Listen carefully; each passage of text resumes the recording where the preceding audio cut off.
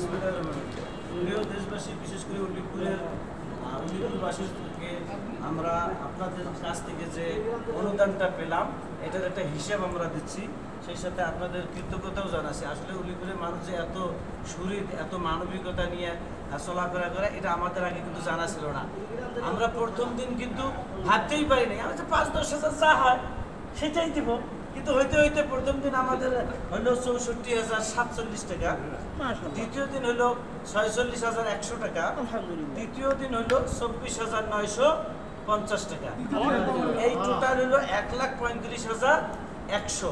কিন্তু এখানে কথা আছে, আজ চতুর্দিকে বিভিন্ন কালেকশন ছিল জন্য আমাদের অন্যান্য টিম ছিল জন্য, তাইলে আমরা যেটা ২ লাখের আইডিয়া করছিলাম ২ লাখেই হতো। যাক আলহামদুলিল্লাহ, আল্লাহ যেটা ভালো তার বান্দাদের যেভাবে দান ভালোবাসি আর যেভাবে হেফাজত করে আর কি নাকি।